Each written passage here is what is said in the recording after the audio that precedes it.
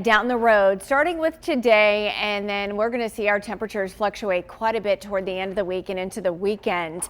Today, though, expect that we'll be a little bit warmer. We're starting off really cold this morning, but we should be a bit warmer than yesterday. I don't know how much it's going to feel warmer simply because the winds are going to be so gusty at times, but we do have a couple of 60-degree days ahead before we get another Arctic blast coming in late in the weekend and into early next week. We also have a freezing fog advisory in effect here for the southeastern corner of the state. That does include Clanton down toward Verbena, Cooper, Rockford, Alex City, Eclectic, Ashland, Millerville, Lineville. Those areas are seeing some fog, and temperatures in those locations have dropped to the freezing mark, if not a little bit below.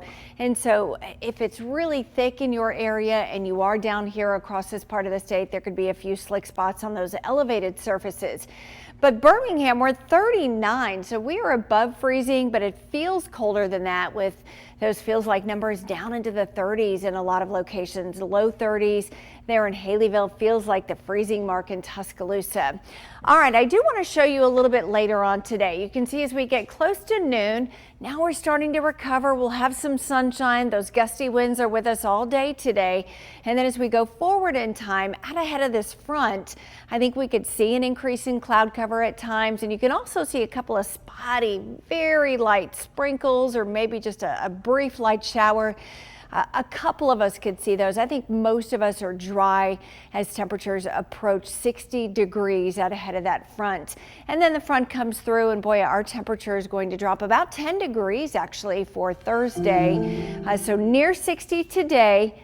50 on Thursday, and then we recover both Friday and Saturday. Models are starting to back off even on just a few showers with this next cold front, but we'll include that especially late Saturday and into Sunday. And then look at our feels like temps on Sunday morning. Teens in the northern spots.